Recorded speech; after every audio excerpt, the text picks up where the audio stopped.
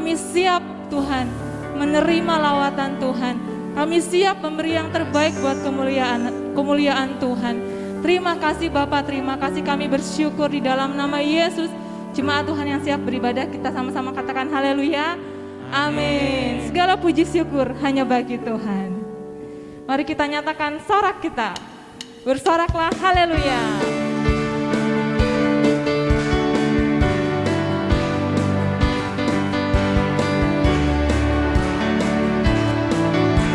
Segala puji syukur. Segala puji syukur hanya bagimu Tuhan. Sebab Kau yang layak dipuja. Kami mau bersorak, kami mau bersorak, tinggikan namamu. Haleluya. Segala puji syukur, segala puji syukur hanya bagimu Tuhan. Sebab Kau yang layak dipuja. Kita mau bersorak, kami mau bersorak, tinggikan namamu. Haleluya. Haleluya. Soraklah haleluya. Soraklah haleluya. Soraklah haleluya. Haleluya. Soraklah, soraklah haleluya. Soraklah haleluya. Haleluya. Segala puji syukur hanya bagi Tuhan. Segala puji syukur hanya bagimu Tuhan. Sebab Kau yang layak dipuja. Kami mau bersorak, kami mau bersorak, tinggikan namamu. Haleluya. Soraklah haleluya. Soraklah haleluya. Soraklah haleluya. Haleluya. Soraklah, soraklah haleluya. Soraklah haleluya. Haleluya. Mari sorak haleluya. Soraklah haleluya. Soraklah haleluya. Haleluya. Amin. Soraklah haleluya.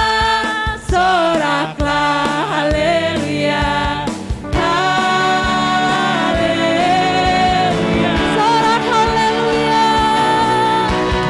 Soraklah haleluya. Soraklah haleluya. Haleluya.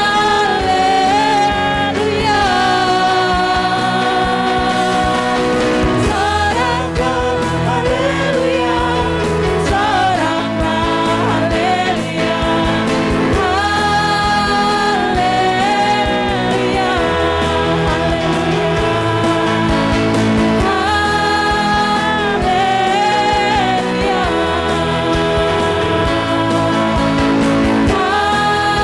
haleluya.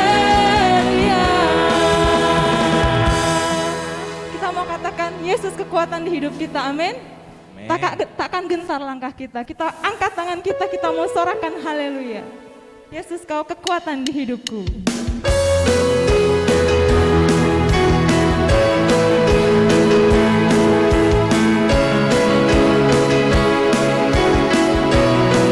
Yesus, Kau kekuatan.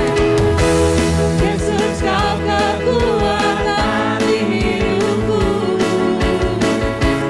Takkan gentar langkahku. Langkah tanganku di saat ku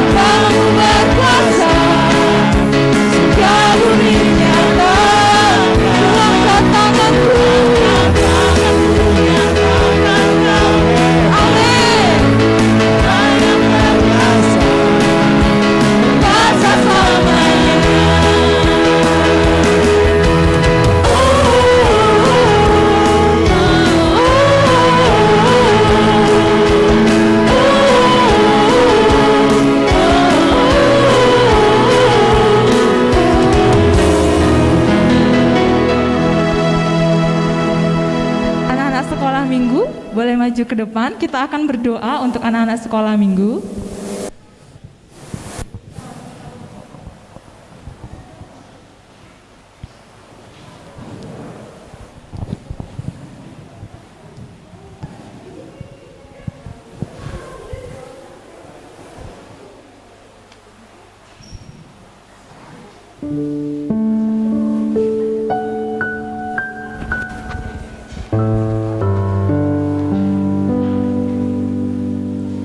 Cek.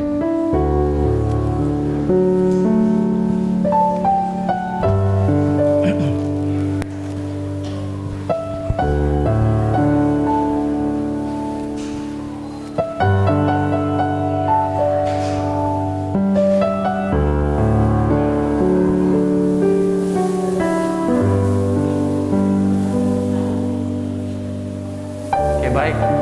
Tuhan, saya undang semuanya untuk bangkit berdiri. Kita berdoa buat anak-anak kita, ya, anak-anak yang luar biasa di tangan Tuhan, ya, yang akan dipakai oleh Tuhan secara luar biasa. Kita datang pada Tuhan. Bapa Surgawi, kami bersyukur kepadamu Tuhan. Kami bersyukur Kau memberikan anak-anak yang luar biasa di tengah-tengah gerejamu. Kami tahu Tuhan, anak-anak ini akan menjadi satu generasi masa depan di tengah-tengah gerejamu Tuhan. Kami berdoa kepadamu pada sore hari ini Tuhan. Kalau sebentar anak-anak kami ini mau beribadah, kami berdoa di dalam nama Tuhan Yesus. Tuhan yang hadir di tengah-tengah ibadah mereka. Tuhan yang mengurapi ibadah mereka Tuhan. Kuasa-Mu bekerja di tengah-tengah ibadah mereka Tuhan. Ada suatu kemenangan, ada suatu pembebasan terjadi atas anak-anak kami ini Tuhan. Kami berdoa berkati semuanya Tuhan. Saat mereka memuji dan menyembah Engkau Tuhan, Engkau bertata, Engkau berdaulat dalam ibadah mereka. Berkati guru-guru sekolah minggu di dalam nama Tuhan Yesus, dengan hikmat pengurapan yang daripada Tuhan. Terima kasih Allah Roh Kudus. Kami serahkan ibadah anak-anak kami ini Tuhan. Tuhan yang menjagai mereka, Tuhan yang melindungi mereka, memberkati semua anak-anak kami ini Tuhan. Terima kasih Allah Roh Kudus. Segala kemuliaan, segala hormat bagi nama-Mu. Haleluya. Amin.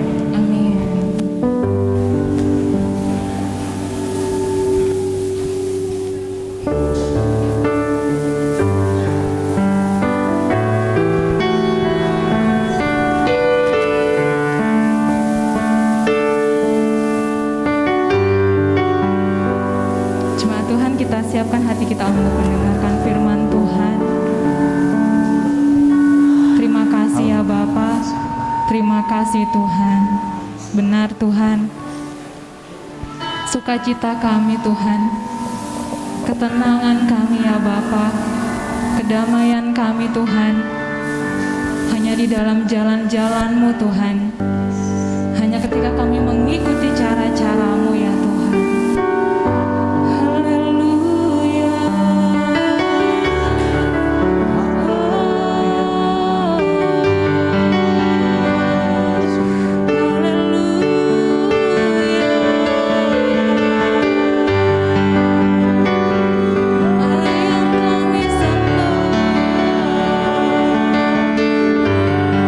Sumber damai bagi setiap kami.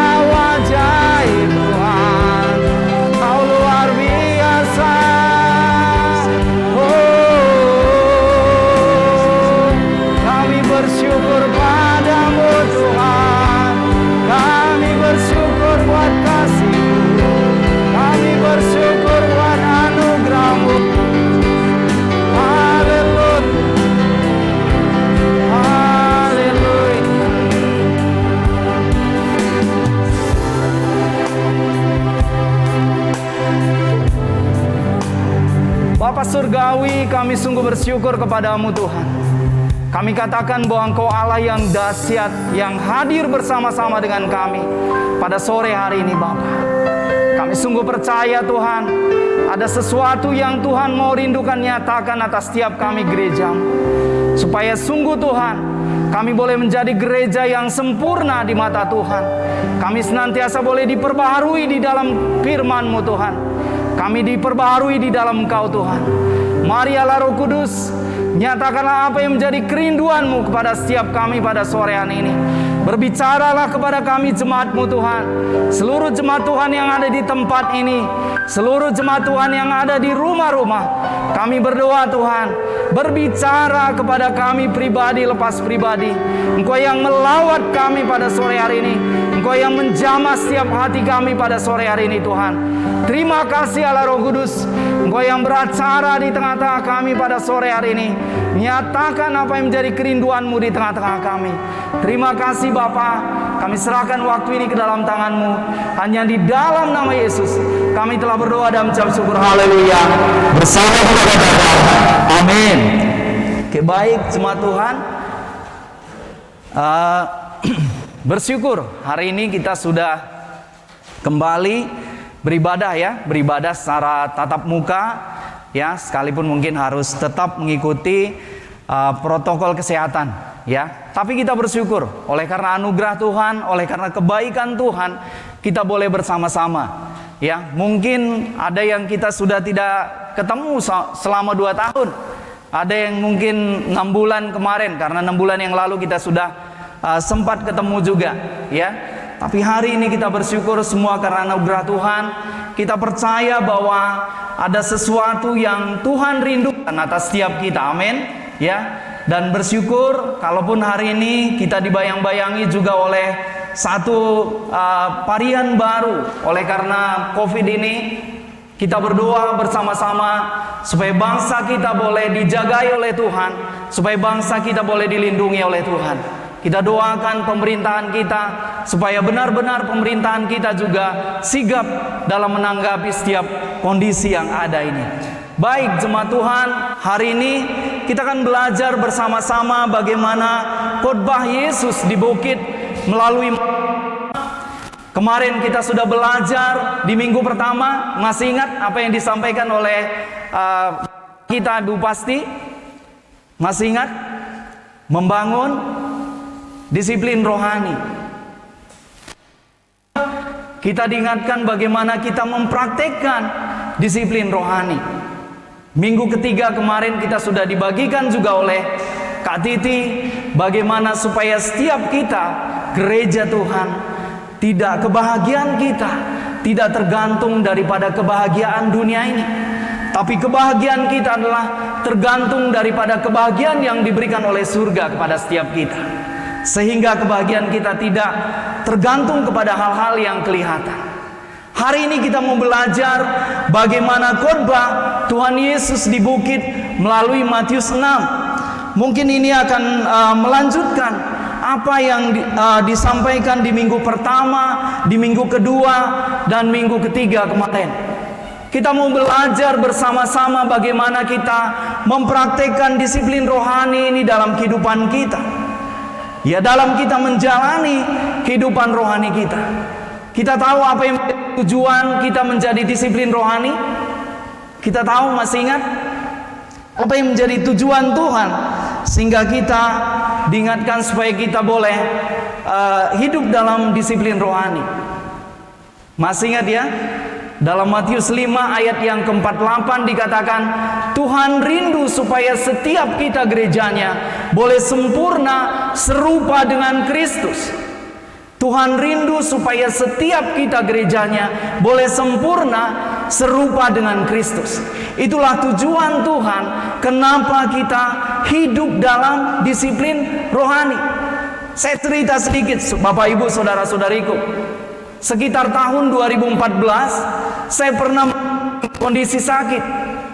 Saya lemah tiba-tiba di kantor, dan tiba-tiba saya tidak kuat sama sekali.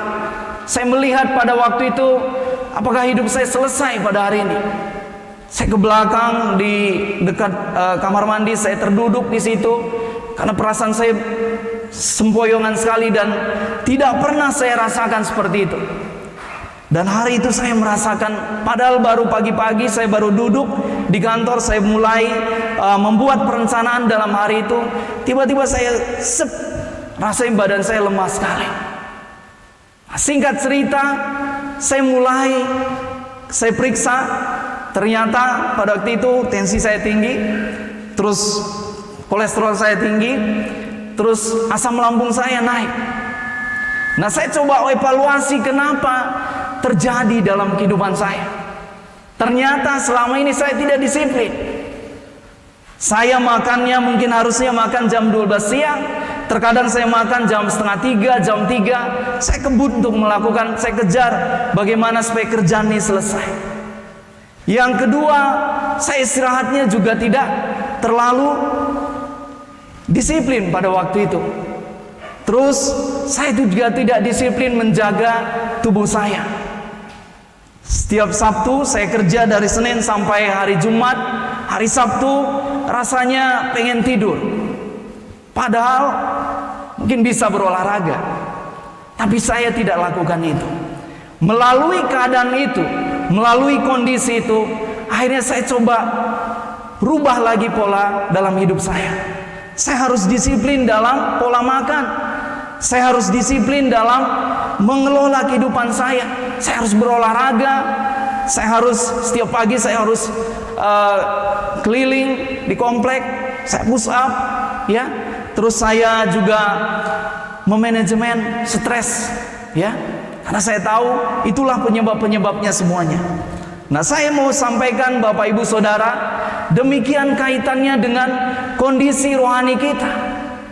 Hari ini Bapak Ibu Saudara-saudariku, mungkin kita merasakan ada sesuatu yang tidak pas dalam kehidupan kita. Ada sesuatu yang mungkin dalam kehidupan kita tidak sedang sesuai dengan apa yang Tuhan kehendaki. Bisa dibilang mungkin rohani kita sedang sakit. Ada yang sadar, ada yang mungkin tidak sadar. Tuhan mau supaya setiap kita di awal tahun ini disampaikan bagaimana kita boleh membangun disiplin rohani. Mungkin kita sudah mulai waktu disampaikan di awal tahun.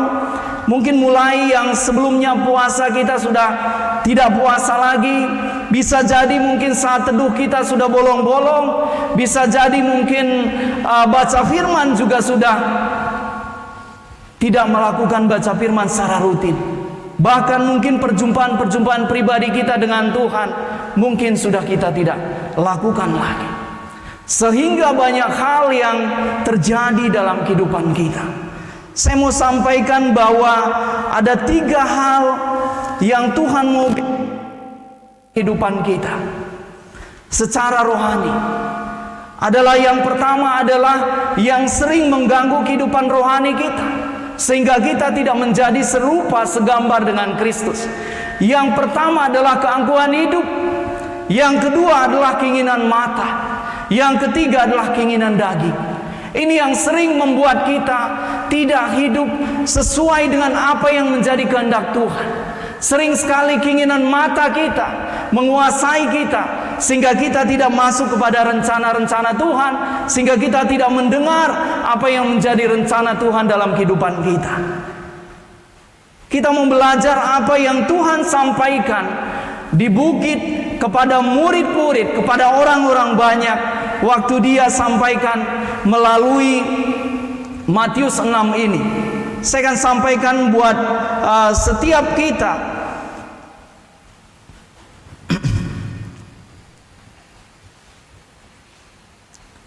Pada sore hari ini, yang pertama saya menangkap dari ada 5 yang ada di sini.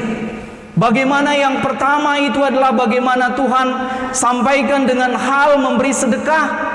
Yang kedua adalah bagaimana hal berdoa. Yang ketiga adalah bagaimana hal berpuasa. Yang keempat adalah bagaimana kita mengelola keuangan, pandangan kita tentang keuangan. Yang kelima adalah bagaimana tentang kekhawatiran.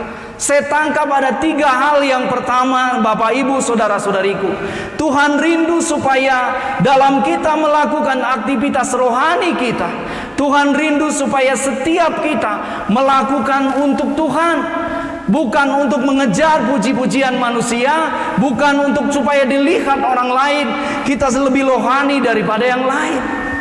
Tuhan rindu supaya benar-benar waktu kita melakukan memberi sedekah, waktu kita melakukan berdoa, waktu kita melakukan puasa, Tuhan rindu supaya benar-benar hati kita memang benar-benar kepada Tuhan. Kita tidak sedang melakukan semua aktivitas ini adalah untuk mengejar pujian daripada manusia. Kita lakukan supaya kita dilihat baik oleh pemimpin kita. Kita tidak lakukan mungkin hal-hal macam-macam. Apapun yang dipercayakan Tuhan hari ini kepada kita.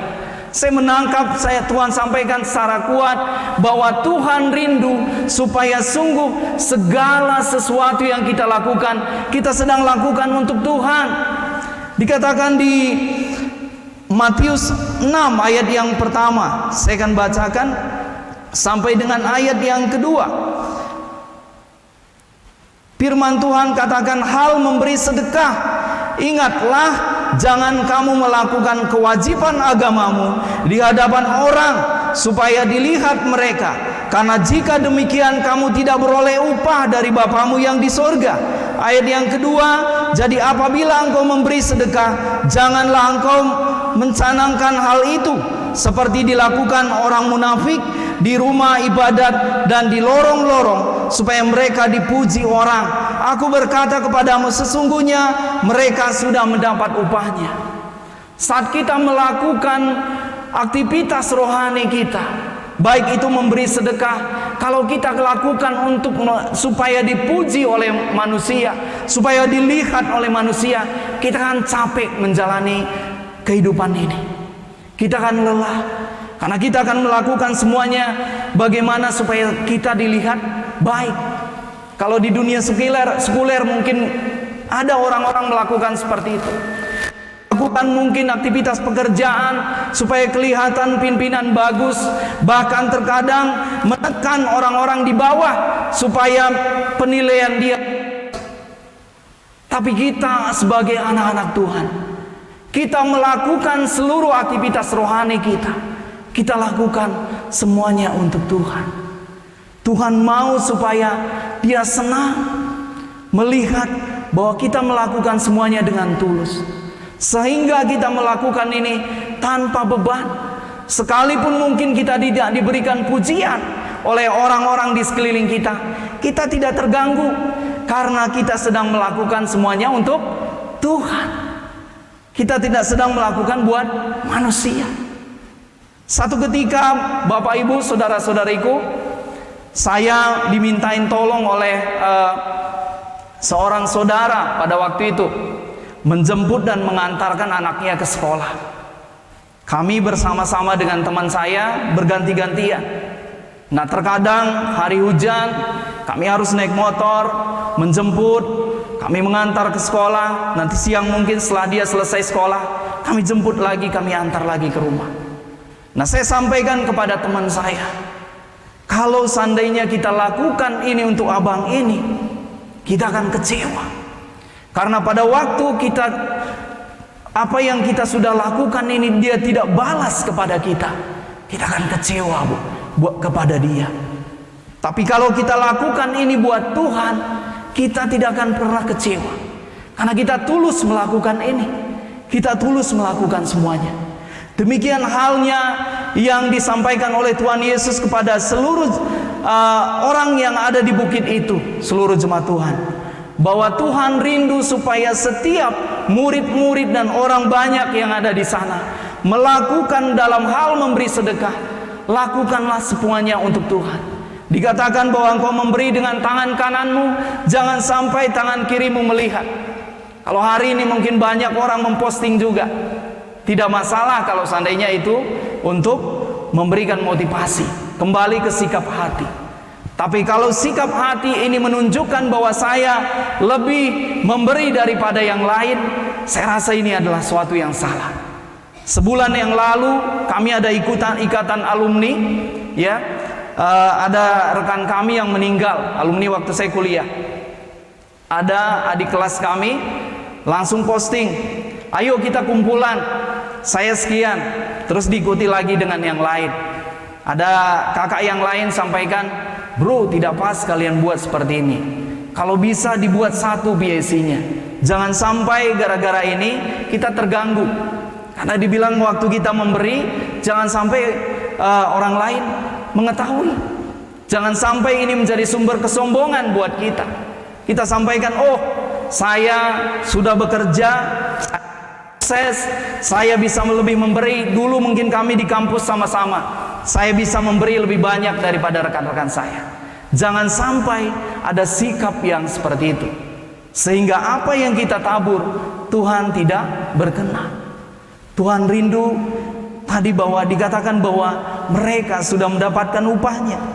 Yang kedua, dalam hal berdoa juga seperti itu. Tuhan rindu, Tuhan katakan bahwa di Matius 6 ayat yang kelima, saya akan bacakan buat seluruh jemaat Tuhan. Dan apabila kamu berdoa, janganlah berdoa seperti orang munafik. Mereka suka mengucapkan doa dan dengan berdiri dalam rumah-rumah ibadat dan pada tikungan-tikungan jalan raya, supaya mereka dilihat orang. Aku berkata kepadamu, sesungguhnya mereka sudah mendapatkan upahnya. Ada banyak orang waktu dia berdoa, dia ada perasaan dia. Tuhan mengingatkan, jangan sampai waktu kita berdoa kita pamerkan bahwa saya lebih hebat berdoa daripada yang lain.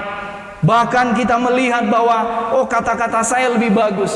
Saya pernah dulu waktu di Bandung, ada saya dengar waktu kami duduk-duduk, kami selesai berdoa, ada seorang saudara menyampaikan, doanya kok seperti itu.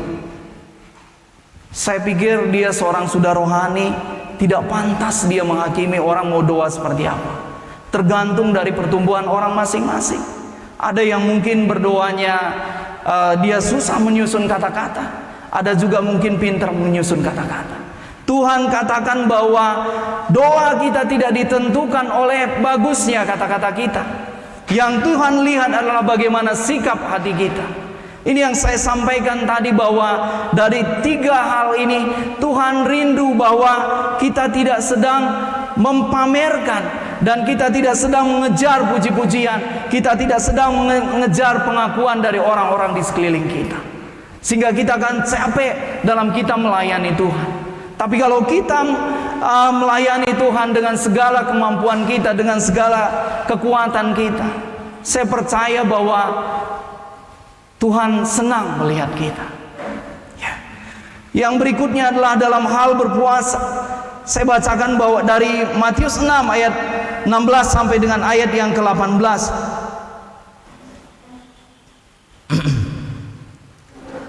Matius 6 ayat yang ke-16 sampai dengan ayat yang ke-18. Dikatakan, dan apabila kamu berpuasa, janganlah muram mukamu seperti orang munafik. Mereka mengubah air mukanya supaya orang melihat bahwa mereka sedang berpuasa. Aku berkata kepadamu, sesungguhnya mereka sudah mendapat upahnya. Tetapi apabila engkau berpuasa, minyakilah kepalamu dan cucilah mukamu, supaya jangan dilihat orang bahwa engkau sedang berpuasa, melainkan hanya oleh Bapamu yang ada di tempat tersembunyi. Maka Bapamu melihat yang tersembunyi akan membalas kepadamu. Ya. Jadi apa yang dari tiga hal ini Tuhan rindu supaya waktu kita melakukan aktivitas rohani kita, kita tidak sedang lakukan buat manusia, kita tidak sedang lakukan supaya kelihatan oleh orang-orang. Nah, Tuhan rindu, dan hal ini saudara-saudariku terkadang masih ada di dalam diri kita. Waktu kita lahir baru, tidak sepenuhnya kita langsung sempurna. Kita tidak sepenuhnya langsung sempurna. Kenapa Tuhan Yesus sampaikan di Matius 5 ayat 48, supaya setiap kita sempurna, dan Tuhan rindu membersihkan setiap kita.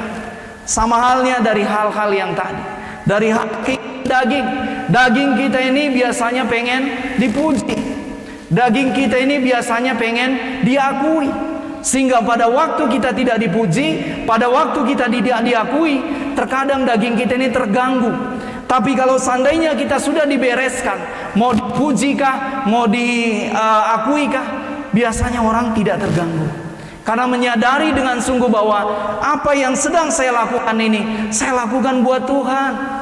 Mungkin dikoreksi, mungkin dievaluasi, tidak terganggu. Tapi terkadang kedaging kita ini terkadang bisa terganggu. Kenapa? Karena ada hal-hal yang belum beres dalam kehidupan kita. Tuhan supaya semua kehidupan rohani kita di awal tahun ini, dalam disiplin rohani, kita mau dibereskan oleh Tuhan. Amin. Setiap kita dibersihkan, dimurnikan oleh Tuhan. Supaya apa tujuannya, goalnya adalah supaya kita benar-benar sama seperti Kristus. Karena Kristus adalah Dia sempurna, Dia adalah tidak menganggap, di Filipi 2 dikatakan Dia tidak menganggap kesetaraan itu, sekalipun Dia dianggap rendah, bagi Dia tidak masalah. Bahkan dikatakan Dia setia sampai dengan di kayu salib. Lebih sakit penderitaan Kristus di kayu salib daripada mungkin waktu kita melayani, mungkin tidak dianggap oleh orang lain. Lebih sakit penderitaan. Mungkin kalau sakitnya kita dikoreksi oleh orang lain, mungkin sakitnya itu sebentar gitu ya. Tapi penderitaan Tuhan Yesus mungkin luar biasa sakitnya. Tidak ada bandingannya sedikit pun. Sehingga Tuhan mau supaya kita benar-benar pulih. Mungkin dengan orang-orang di sekitar kita. Tidak hanya mungkin di lingkungan, di sekeliling kita, di tempat kita bekerja juga seperti itu. Waktu kita melakukan semuanya pekerjaan kita melakukan adalah karena kita tahu bahwa waktu kita bekerja itu adalah panggilan Tuhan dalam kehidupan kita. Sehingga kita sebagai anak-anak Tuhan memberikan kinerja yang terbaik di tempat kita bekerja. Mau diakui oleh atasan kita, mau dianggap oleh atasan kita, kita tidak masalah. Yang penting kita memberi yang terbaik. Di tempat kuliah juga seperti itu. Waktu kita menjadi seorang pelajar juga seperti itu. Kita terus memberikan yang terbaik. Kita mau supaya melalui pencapaian kita, waktu kita pelajar, waktu kita mahasiswa, nama Tuhan dipermuliakan. Bukan dilihat, oh dia hebat karena dia sungguh-sungguh belajar. Tidak seperti itu. Dia hebat karena dia adalah seorang anak Tuhan. Ya. Sehingga nama Tuhan selalu dipermuliakan melalui kehidupan kita, mulai dari kita masa kecil. Saya sampaikan karena kami seperti itu, ya. Jangan stres kalau seandainya kami begitu menuntut kalau untuk belajar, ya. Terkadang anak-anak kan stres dia, ya. Wah, terlalu dituntut sama papa, terlalu dituntut sama mama. Kami rindu sebenarnya supaya dia boleh menjadi kemuliaan nama Tuhan di tempat dia bekerja, di sekolah, ya. Jangan sampai, ya,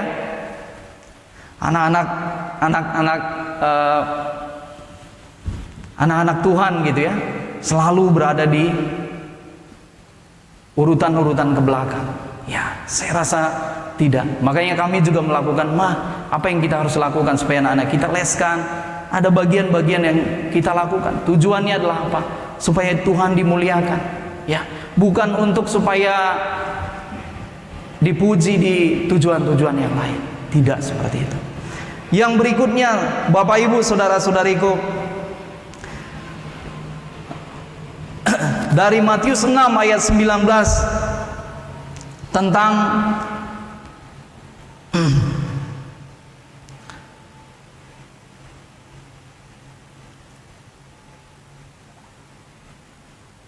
mengumpulkan harta, ya, hal mengumpulkan harta. Saya diingatkan Tuhan, salah nggak sebagai anak-anak Tuhan kita mengumpulkan harta? Saya rasa tidak salah, ya. Salah nggak anak-anak Tuhan punya deposito? Saya rasa juga tidak salah. Salah nggak anak-anak Tuhan punya rumah yang bagus? Saya rasa tidak salah.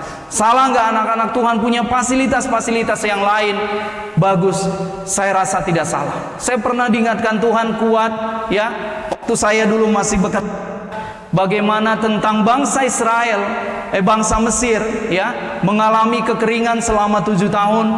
Dan mengalami kelimpahan selama 7 tahun dan mengalami kekeringan selama 7 tahun.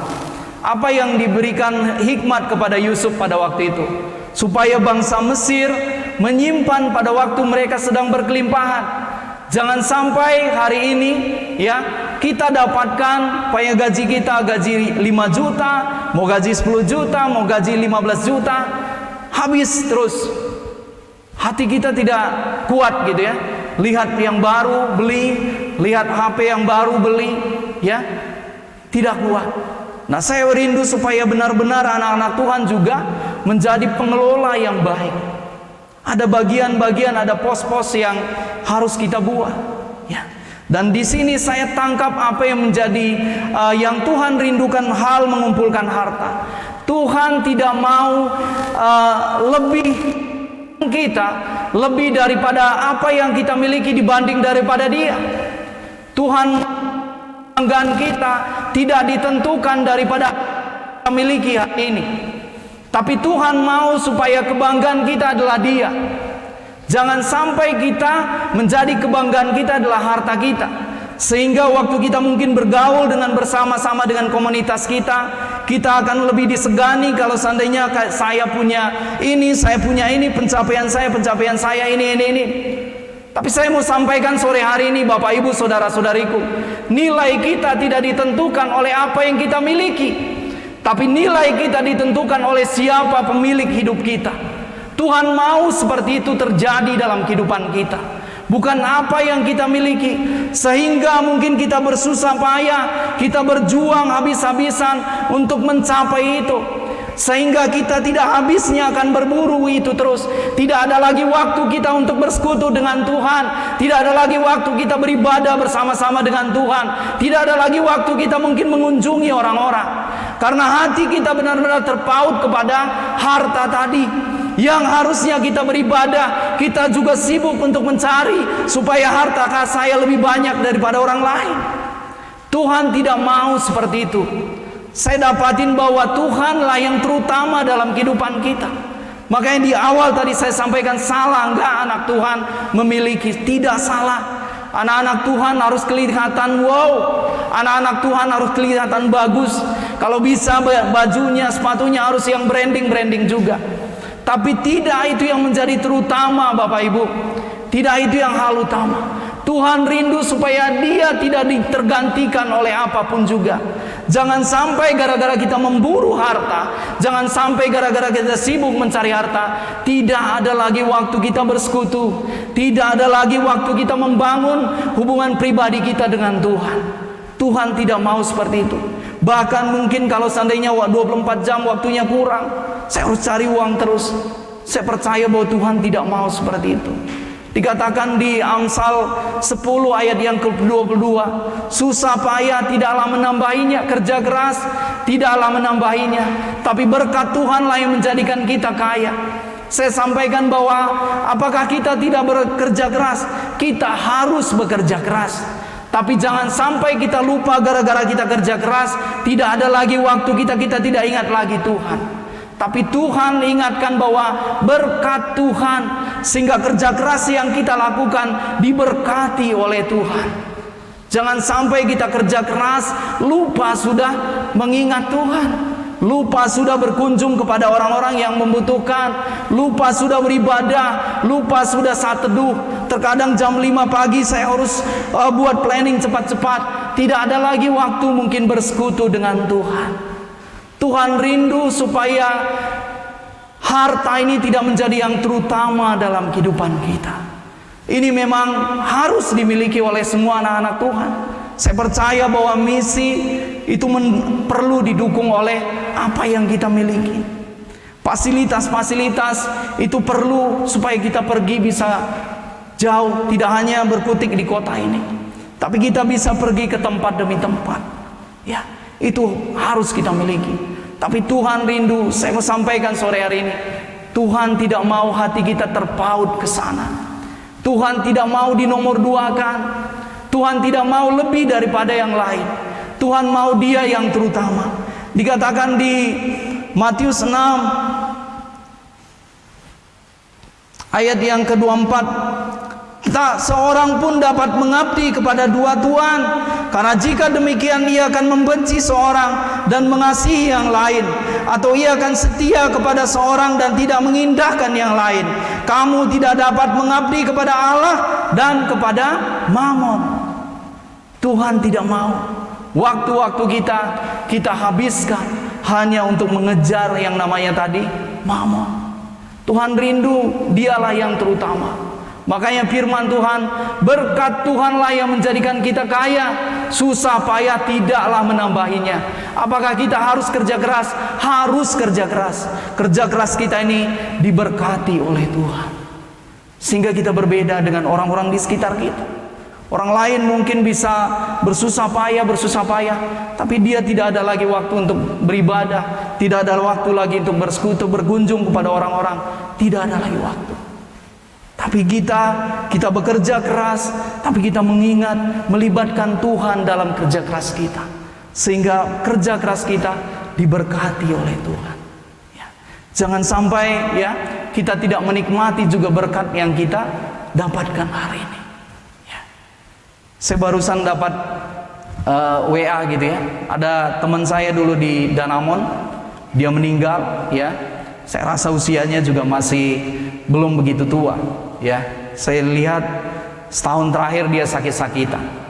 Dia begitu kerja keras, ya, terkadang pulang sampai jam 10 malam untuk mengerjakan proposal. Terkadang lupa untuk istirahat juga. Jangan sampai kita tidak bisa menikmati lagi berkat yang Tuhan berikan kepada kita.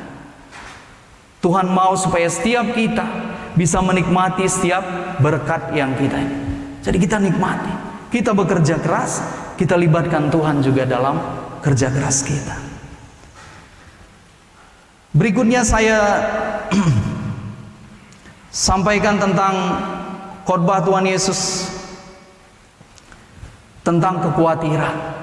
Ya. Ini semuanya bisa, setiap kita pasti akan mengalami.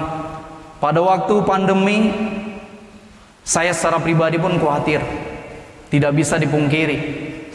Saya paling menantang pada waktu itu untuk ibadah. Saya bilang, Kak, kalau bisa kita di rumah aja. Pemerintah loh sudah suruh ini kita ya di rumah. Ya, saya orang yang mungkin was-was saya pada waktu itu cukup tinggi juga. Ya, sehingga berjalan dengan waktu. Ya, saya melihat waktu kami pulang ke Jawa, saya di situ sentil juga oleh Tuhan. Ternyata kekhawatiran saya selama ini agak sedikit beda juga dengan kekhawatiran orang-orang di sana. Ya, jadi yang tua-tua sudah gitu ya, ada bapak ibu ngumpul gitu ya, tapi tetap prokes juga ya. Tapi saya begitu keras terhadap anak-anak saya juga, sehingga pada waktu itu waktu masuk sekolah, anak saya yang paling kecil itu saya sedikit terganggu. Karena hari pertama saya antar, karena sering di rumah juga saya, Dek, kalau bisa nggak usah terlalu ngumpul ke lapangan. Orang-orang di lapangan tidak ada yang pakai masker, cuman kamu yang pakai masker. Udah di rumah aja, main sama kakak, main sama papa juga. Ya. Nah, ternyata waktu dia masuk ke sekolah, takut gitu ya. Mungkin karena sering saya kasih tahu. Dari situ saya datang pada Tuhan, saya minta ampun. Ada bagian saya untuk mendidik dia, ada bagian Tuhan juga ini. Sehingga saya merelakan hati saya, biarkan dia berekspresi bersama dengan teman-temannya. Sehingga hari kedua, hari ketiga, saya melihat mulai membaik. Ya, ini yang manusiawi, semua kita mengalami. Saya nggak tahu pergumulan Bapak Ibu semuanya, saudara-saudariku. Manusiawi juga kalau seandainya hari ini kita lulus kuliah, ada kekhawatiran kita, di mana saya nanti bekerja. Waktu kita mungkin kita sudah memiliki suatu posisi, mungkin sudah bagus, nyaman. Ada kekhawatiran juga, siapa nanti yang akan menjadi pasangan saya. Waktu kita sudah menikah, mungkin kita sudah punya pasangan, kita mungkin belum punya rumah.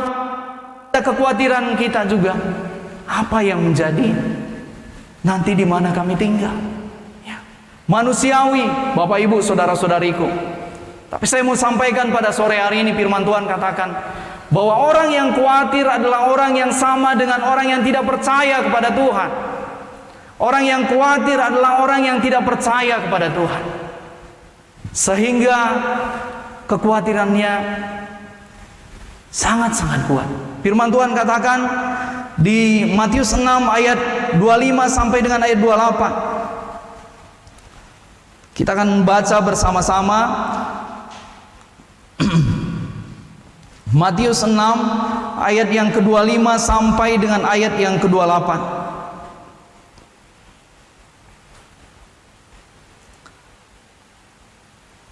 Kita akan baca bergantian. Saya ayat yang ke-25, Bapak Ibu, saudara-saudariku ayat yang ke-26, ya. Demikian nanti selanjutnya. Hal kekhawatiran. Karena itu aku berkata kepadamu, jangan khawatir akan hidupmu, akan apa yang hendak kamu makan atau minum, dan janganlah khawatir pula akan tubuhmu, akan apa yang hendak kamu pakai. Bukankah hidupmu lebih penting daripada makanan, dan tubuhmu itu lebih penting daripada pakaian? Ayat 26.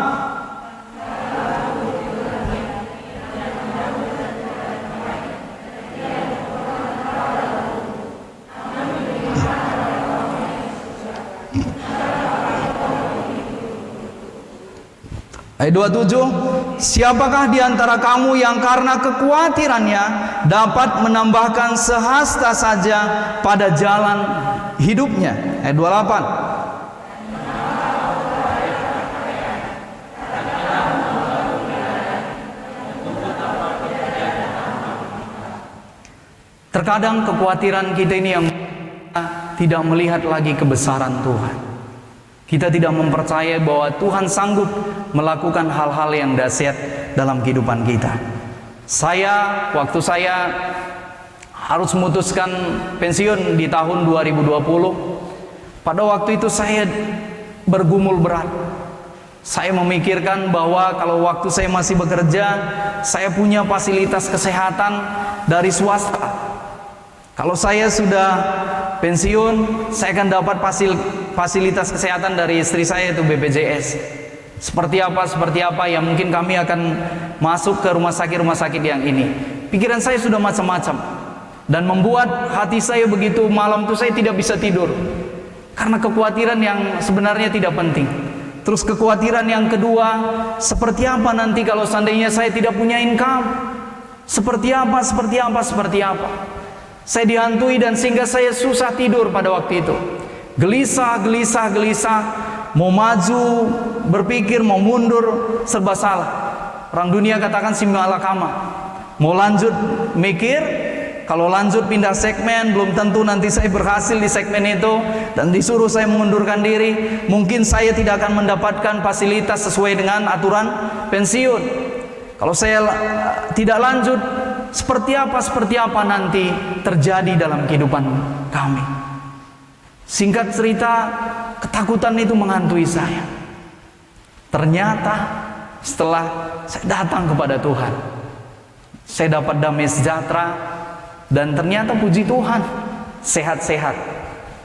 2 tahun hampir, di bulan Februari nanti saya sudah sehat-sehat. Terkadang kita memikirkan yang tidak perlu, seperti ketakutan yang berlebihan. Bahkan kadang-kadang bisa jadi orang yang masih SMA pun sudah ketakutan. Wah, kerja di mana nanti saya ya? Saya lihat si A, si B, si C belum dapat pekerjaan. Bagian kita padahal kita bagaimana supaya baik-baik waktu kita SMA, sehingga nanti kita boleh masuk ke perguruan tinggi yang terbaik. Nah, oleh karena kekhawatiran ini yang mungkin itu terjadi 10 tahun ke depan pun kita sudah khawatir, sehingga mungkin bisa jadi kita tidak bisa tidur. Ketakutan yang berlebihan. Akibat ketakutan ini kita bisa sakit, ya. Karena ketakutan yang berlebihan, mungkin malam itu tidak tidur, bisa jadi tidur itu sampai jam 2, ya. Tadi saya lihat postingan teman saya lupa apa nama penyakitnya itu. Jenis penyakit yang orang tidak bisa tidur. Saya puji Tuhan sampai hari ini begitu tertidur langsung tidur. Ya, puji Tuhan, saya bersyukur sekali. Tidak ada mungkin menunggu sampai sejam tidak bisa tidur. Waktu kuliah dulu pernah saya mengalami seperti itu. Lama merenung-renung, nggak apa-apa. Mungkin karena tidak terlalu sibuk kali pada waktu itu. Siang sudah tidur, ya, belajar sebentar, terus tidur lagi. Akhirnya malam udah nggak bisa tidur. merenung-renung dulu, ini enggak, memikirkan yang tidak penting, baru bisa tidur. Puji Tuhan, hari ini begitu saya terlentang sebentar tidur, ya. Puji Tuhan, berarti ya berkat Tuhan lah saya ini. Saya lihat tadi postingan teman saya, dia begitu susah tidur, ya. Ini kan masalah kalau seandainya orang-orang yang susah tidur. Ini kan jadi penyakit. Bisa jadi dia bisa tidur sampai dengan jam 2. Saya tahu bahwa apa yang membuat dia tidak bisa tidur ini pasti ada kekhawatiran. Pasti ada kekhawatiran. Kalau kita tidak khawatir akan hari esok, pasti kita enak-enak aja. Kita percaya kepada Tuhan bahwa Tuhan yang pegang hari esok. Sehingga kita boleh menjadi orang yang melakukan yang terbaik hari ini saja, ya. Dikatakan tadi bahwa di ayat yang ke-25 sampai dengan ayat yang ke-28 saya bacakan. Karena itu aku berkata ayat 33 sampai ayat yang ke-34. Tetapi carilah dahulu kerajaan Allah dan kebenarannya, maka semuanya itu akan ditambahkan kepadamu. Sebab itu janganlah kamu khawatir akan hari besok, karena hari besok mempunyai kesusahannya sendiri. Kesusahan hari ini cukuplah untuk sehari, ya. Bukan berarti kita tidak memikirkan hari esok, tidak, ya. Saya sampaikan tadi, kalau seandainya kita mengalami sesuatu keberkatan hari ini, kita harus kelola dengan baik. Tapi jangan sampai kekhawatiran ini menguasai kita, ketakutan, ya. Punya anak mungkin masih kecil, seumuran anak saya mungkin sudah khawatir seperti apa nanti biaya kuliahnya. Istri saya pernah sampaikan seperti itu. Seperti apa nanti kuliah anak-anak? Saya bilang Tuhan akan pelihara kok. Pasti ada cara-cara Tuhan. Yang penting kita percaya, kita lakukan yang terbaik hari ini. Ada cara Tuhan untuk memelihara anak-anak ini. Yang terakhir, Bapak Ibu saudara-saudariku, apa yang kita harus lakukan supaya hal-hal yang ada tadi, ya, ketakutan-ketakutan tadi, terus yang mengejar puji-pujian tadi tidak menjadi ada di dalam diri kita, ya. Tuhan tadi sudah mau supaya itu tidak ada di dalam diri setiap anak-anak Tuhan. Itu tidak terjadi dalam hal kekhawatiran, tidak ada dalam hal yang hatinya terpaut kepada harta, tidak ada. Semuanya mengetahui bahwa saya ini adalah pengelola, sehingga ada yang membutuhkan, mungkin dengan cepat dia akan menolong. Sekalipun mungkin ada simpanannya, mungkin simpanannya dia akan ini, karena dia tahu dia adalah pengelola. Terus tidak ada melakukan segala sesuatu untuk mengejar puji-pujian. Tuhan rindu, saudara-saudariku, kita membangun manusia rohani kita. Yang pertama adalah kita butuh pekerjaan Roh Kudus. Kita tidak bisa berjalan dengan kekuatan kita. Kita butuh Roh Kudus bekerja untuk membuat kita sempurna, untuk membuat kita tidak bercacat celah, untuk membuat kita sama seperti Kristus. Kita butuh Roh Kudus. Kita tidak bisa dengan kekuatan kita tidak bisa dengan pengalaman kita tidak bisa dengan lamanya kita mengikut Tuhan. Tapi setiap kita butuh Roh Kudus, supaya waktu kita mulai tergeser, Roh Kudus yang meluruskan, mengingatkan kita, menjewer kita mungkin. Hai Philip, mungkin kamu sudah melenceng nih, masuk lagi kepada jalan yang benar. Kita butuh Roh Kudus. Kita butuh tuntunan Roh Kudus. Yang kedua adalah kita butuh Tuhan melalui mungkin saat teduh pribadi kita. Kita butuh firman Tuhan. Firman Tuhan katakan di dalam Mazmur 1, kita adalah seperti pohon yang ditanam di tepi air. Kalau pohon yang ditanam di tepi air, pasti dia akan mendapatkan sumber-sumber kehidupan terus.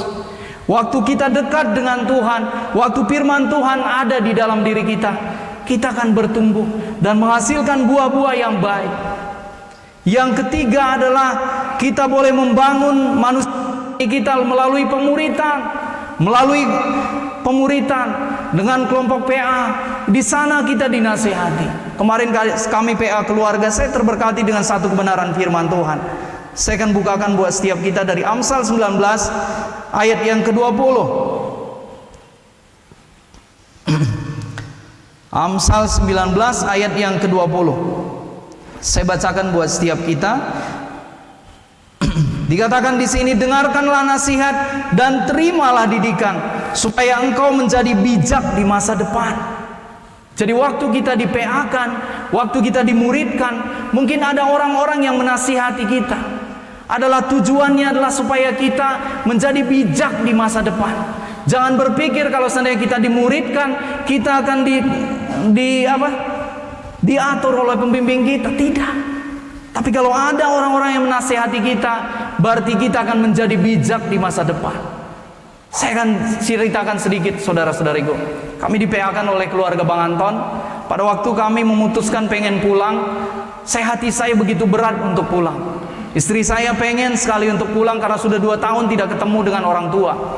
Tapi saya penuh dengan ketakutan. Ma, gimana nanti kalau seandainya kita kena COVID? Gimana?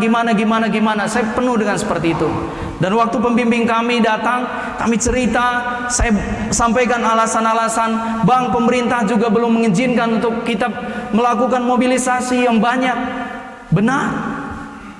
Tapi sehingga istri saya mungkin karena dia hatinya sudah mulai dia mulai terganggu, dia mulai uring-uringan. Ya, saya bingung juga kenapa nih, gimana caranya nih supaya istri saya nggak uring-uringan. Akhirnya pembimbing saya nasihati, Pil, coba kamu dengar-dengaran akan Tuhan. Menurut saya tidak apa-apa juga pulang dengan turutin semua prokes. Saya bilang ada yang menasihati saya. Kalau tidak ada yang menasihati saya pikir saya paling benar. Apa keputusan saya paling benar? Toh pemerintah mengatakan seperti ini. Karena ada yang menasihati, saya mulai pertimbangkan. Baik bang, saya coba pertimbangkan. Saya datang pada Tuhan, Tuhan memberikan damai sejahtera. Saya bilang, Ma, kita pakai mobil aja kah pulang, supaya mungkin tidak ketemu dengan orang-orang di pesawat. Sudah membuat rencana pulang pakai mobil. Ternyata istri saya cutinya nggak bisa panjang, harus cepat. Akhirnya diputuskan harus naik pesawat. Ya sudah, saya bilang harus berangkat. Berdoa ada perlindungan Tuhan. Puji Tuhan sampai di sini ternyata baik-baik juga. Itulah pemuritan, Bapak Ibu saudara-saudariku. Itulah kalau seandainya kita ada di dalam komunitas. Ada orang menasihati kita. Terkadang menurut kita pendapat kita yang paling benar. Terkadang menurut kita yang sudah paling pas. Ternyata bisa jadi tidak. Dalam kita membangun kehidupan rohani kita secara sendiri juga seperti itu. Kalau kita tidak berinteraksi dengan komunitas, terkadang emosi kita tidak teruji karena kita sendiri. Kita cuma saat teduh sendiri. Tapi waktu kita masuk di komsel, waktu kita ketemu dengan saudara-saudara seiman yang lain, mungkin di sana kita akan terjadi gesekan. Sehingga ternyata yang selama ini menurut kita adalah orang yang paling sabar. Ternyata belum ketemu dengan orang yang tipe saudara kita yang seperti ini, diutus oleh Tuhan. Kesabaran kita teruji. Ternyata kita belum menjadi orang yang sabar. Itulah pentingnya kita hidup komunitas. Ya, itu menolong kita. Yang terakhir adalah bagaimana ibadah raya dan komsel. Ya, Tuhan rindu supaya benar-benar kehidupan rohani kita tadi menjadi sempurna, dibentuk melalui hal-hal yang saya sampaikan tadi. Melalui persekutuan kita pribadi dengan Tuhan, melalui kita kelompok-kelompok PA, melalui kita komsel, melalui ibadah raya kita seperti ini. Kita percaya ada kuasa Tuhan memberkati setiap kita di sini. Ada hadirat Tuhan yang berbicara secara pribadi, lepas pribadi kepada kita. Kalau tadi waktunya ibadah, kita mungkin sedang bekerja, mungkin kita tidak merenungkan satu bagian firman Tuhan pun. Tapi waktu kita mengkhususkan diri kita berdiam diri, mendengarkan kebenaran firman Tuhan, saya percaya, dan kita memuji menyembah Tuhan, saya percaya ada sesuatu yang Roh Kudus kerjakan atas setiap kita. Amin. Bapak Ibu, itu aja yang saya sampaikan pada sore hari ini. Saya rindu bahwa setiap kita bersama-sama ya mengerjakan apa yang menjadi ketetapan Tuhan, panggilan Tuhan atas setiap kita. Kita menjadi yang kuat di tahun 2022 ini ya. Saya diingatkan Tuhan di Desember kemarin secara kuat sekali satu kebenaran firman Tuhan, dikatakan bahwa baru diberikan kepada kantong yang lama. Karena jika anggur yang baru ini diberikan kepada kantong yang lama, maka kantong yang lama ini akan menjadi rusak, sehingga anggur tadi juga sama-sama menjadi rusak. Saya percaya di 2022 Tuhan akan mencurahkan anggur yang baru atas setiap kita. Tapi Tuhan juga rindu ada kantong yang baru, kantong yang terus diperbaharui untuk menampung anggur yang baru ini. Sehingga anggur yang baru ini menjadi bermanfaat buat orang-orang di sekeliling kita. Sehingga apa yang menjadi visi gereja kita adalah gereja yang murid-murid Kristus yang berdampak. Oleh itu boleh tergenapi di tahun 2022. Amin. Kita mau menggenapi bahwa setiap kita murid-murid Tuhan akan berdampak di tempat demi tempat. Kita berdampak di tempat kita usaha, kita berdampak di tempat kita bekerja, kita berdampak di kampus kita berdampak di sekolah kita berdampak di lingkungan kita. Orang-orang boleh melihat karena kita sudah diperbaharui dari nilai-nilai kebenaran firman Tuhan tadi. Kita tidak menjadi orang-orang yang sama seperti yang disampaikan di Matius 6, yang khotbah Tuhan di Matius 6 tadi. Tapi kita adalah orang-orang yang sudah diperbaharui, orang-orang yang sudah dimurnikan, sehingga benar-benar orang bisa melihat, oh ternyata kehidupan Bang Horas ini beda sekali dengan yang lain. Iya ya Pak Horas ya. Ya, di lingkungan berbeda sekali. Kita rindu semua kita boleh dilihat orang, kita menjadi suratan Injil yang terbuka. Baik, kita akan mengakhiri perenungan firman ini, kita datang pada Tuhan. Haleluya, Tuhan Yesus, haleluya. Haleluya, haleluya. Haleluya, haleluya.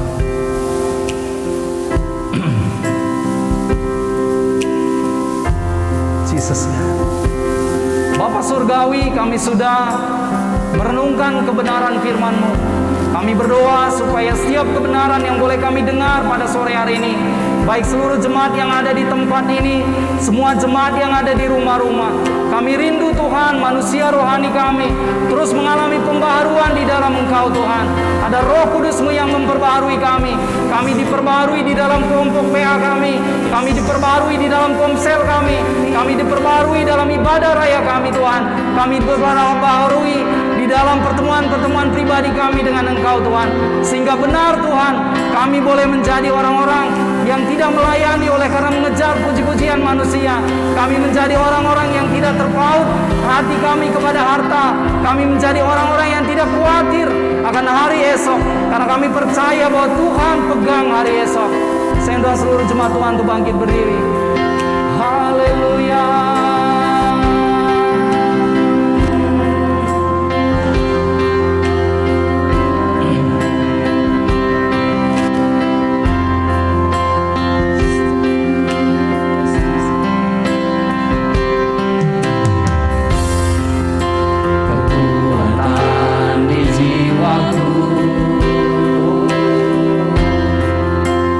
Ketenangan di hatiku.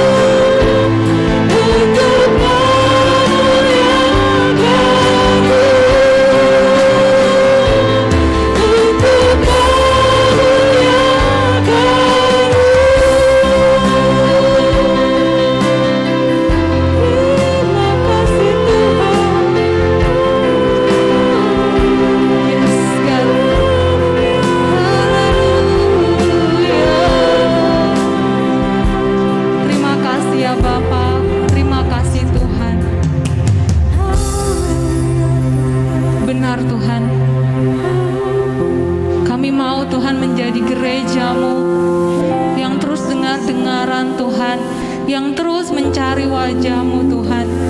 Sehingga benar ya Bapa, hidup kami Tuhan semakin tertuju, semakin terarah hanya kepada rencana dan ketetapan-Mu saja ya Tuhan. Terima kasih buat firman-Mu Tuhan.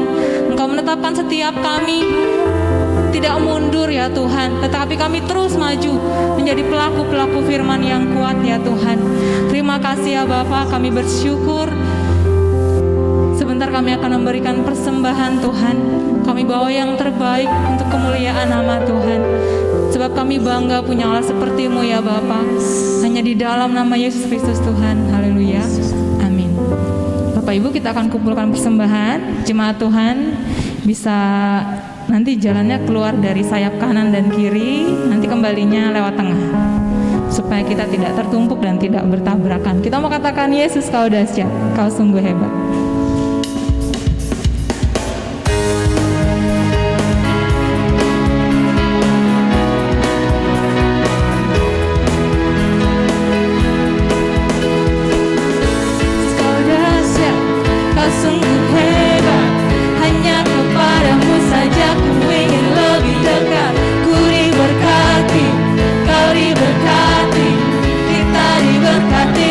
Berkati lagi, Yesus kau dahsyat, kau sungguh hebat, kau beri kuasa untuk bebaskan yang terikat. Ku diselamatkan, kau diselamatkan, mari beritakannya kepada semua orang. Ayo kita semua menuai di akhir zaman.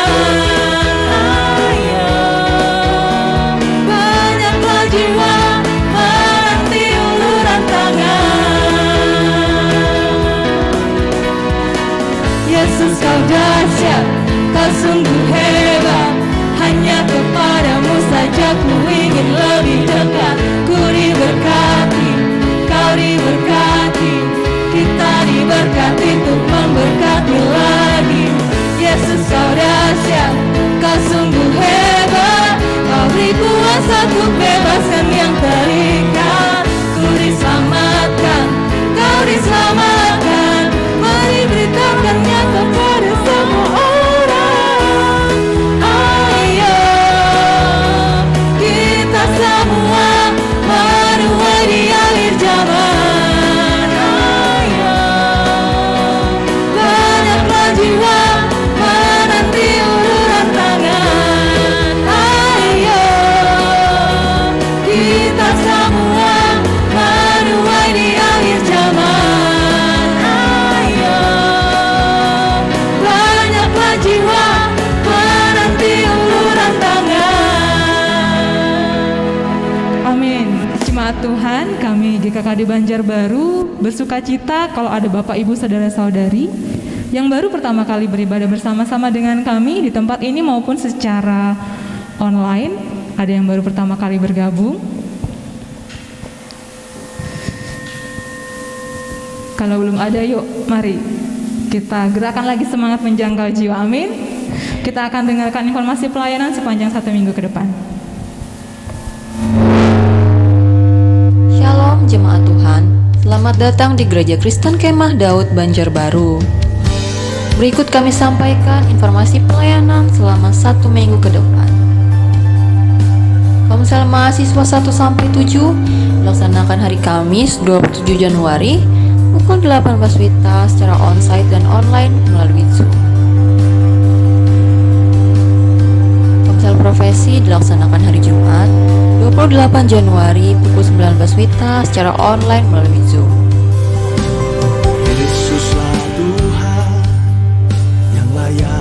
Komsel keluarga dilaksanakan hari Jumat 28 Januari 2022 pukul 19 WITA secara online melalui Zoom.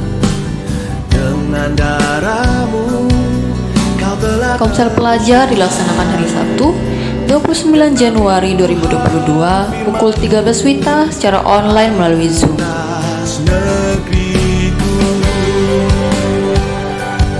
Komsel anak dilaksanakan hari Sabtu 29 Januari 2022 pukul 16 WITA secara onsite di rumah Ananda Aquina.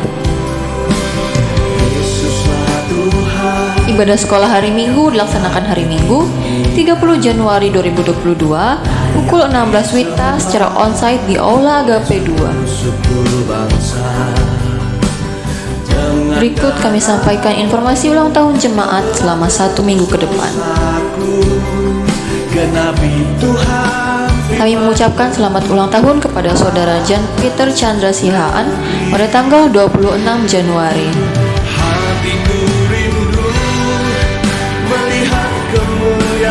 Berikut kami sampaikan informasi tambahan.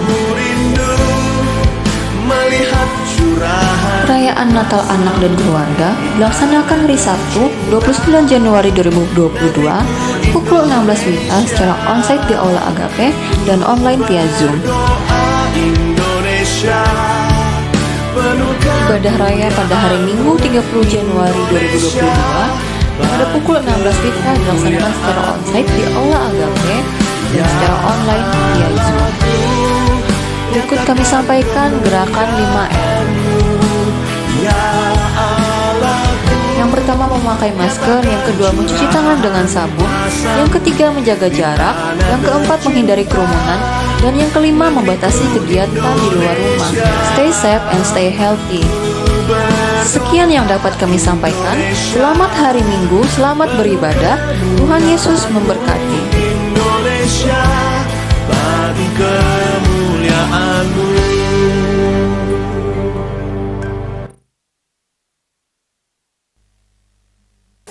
Mari kita bangkit berdiri. Kita akan berdoa untuk kepada kita pada sore hari ini.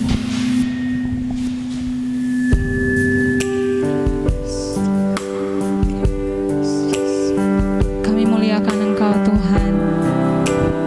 Kami tinggikan Engkau ya Bapa. Engkau Raja kami Tuhan. Engkau Tuhan kami, Engkau Allah kami Tuhan.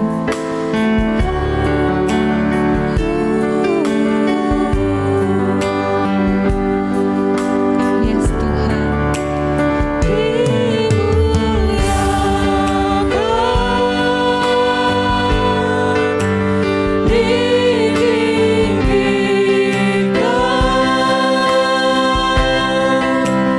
Yesus Tuhan.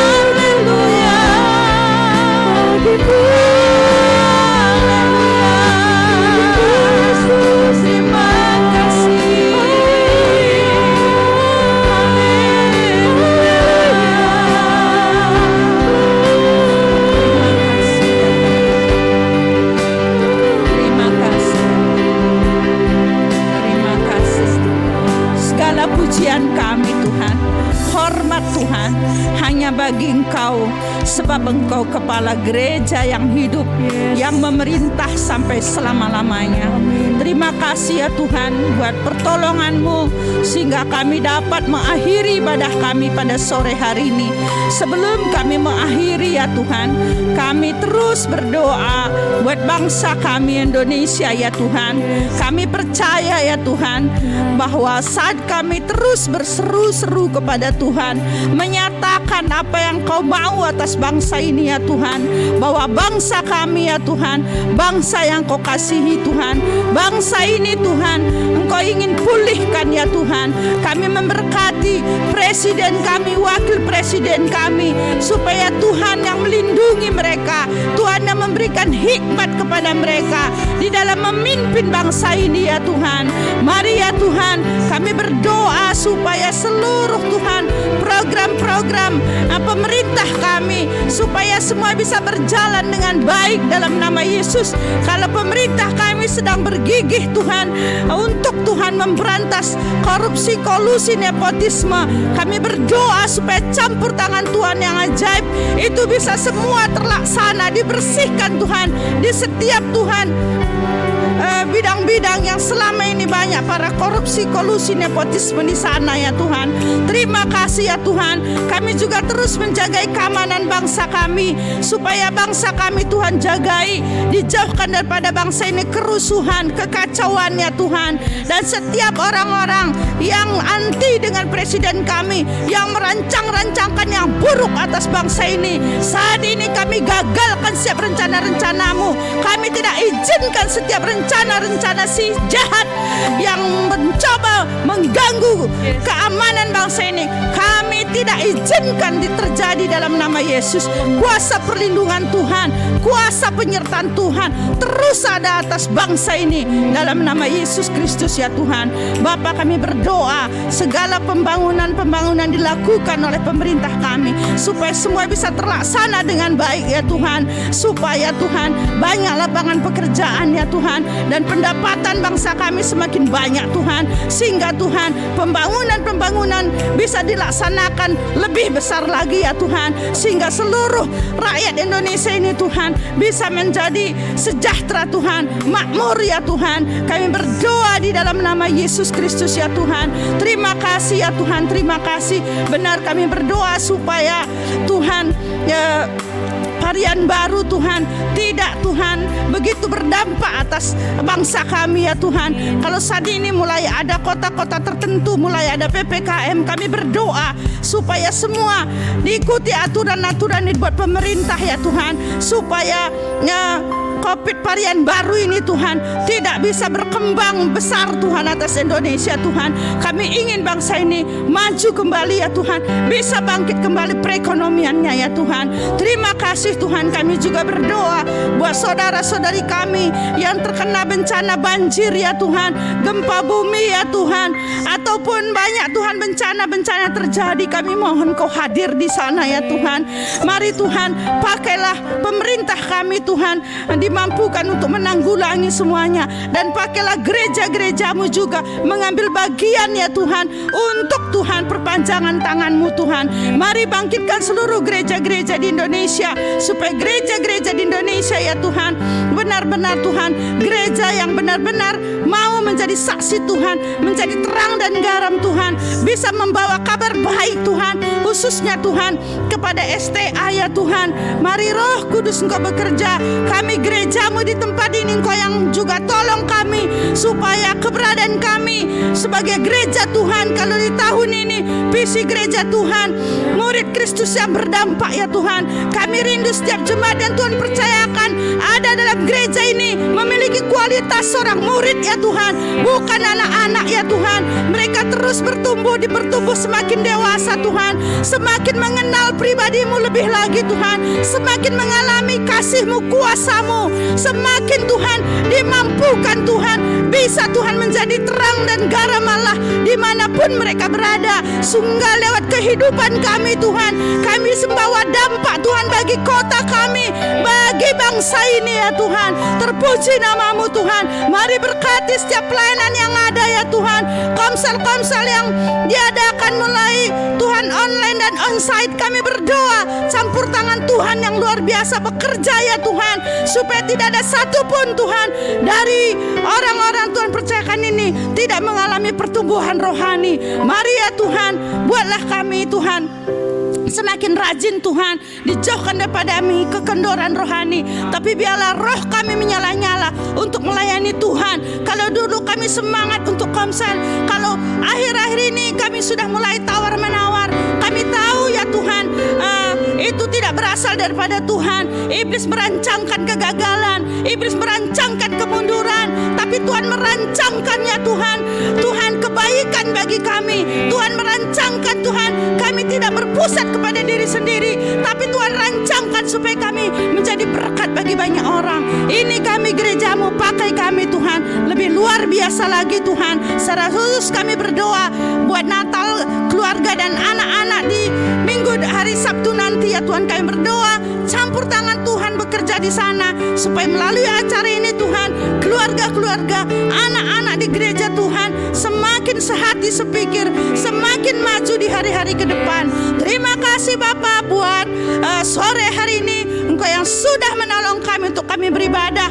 Kami akan pulang Tuhan ke rumah kami masing-masing ya Tuhan. Kami rindu supaya dalam sepanjang satu minggu ini kami mengalami Tuhan kuasa Tuhan, sehingga di minggu depan kami datang beribadah, kami bisa membawa ucapan syukur yang lebih luar biasa lagi. Mari jemaat Tuhan, kita terima berkat Tuhan. Mari kita mengangkat tangan kita. Tuhan yang melindungi engkau, Tuhan yang memberkati engkau, Tuhan mau menuntun engkau di setiap jalan-jalanmu. Dia berikan kemenangan demi kemenangan. Kami sungguh Tuhan andalkan engkau dalam setiap langkah-langkah kami. Terima kasih Bapa, terima kasih. Biarlah berkat dari Bapa surgawi, kasih karunia daripada Yesus Kristus, biarlah penghiburan, penyertaan daripada Roh Kudus itu menghibur, menolong kita senantiasa. Dan hanya di dalam nama Yesus Kristus kami telah berdoa dan mengucap syukur. Mari kita bersama-sama berkata amin. Selamat sore semua, Tuhan berkati.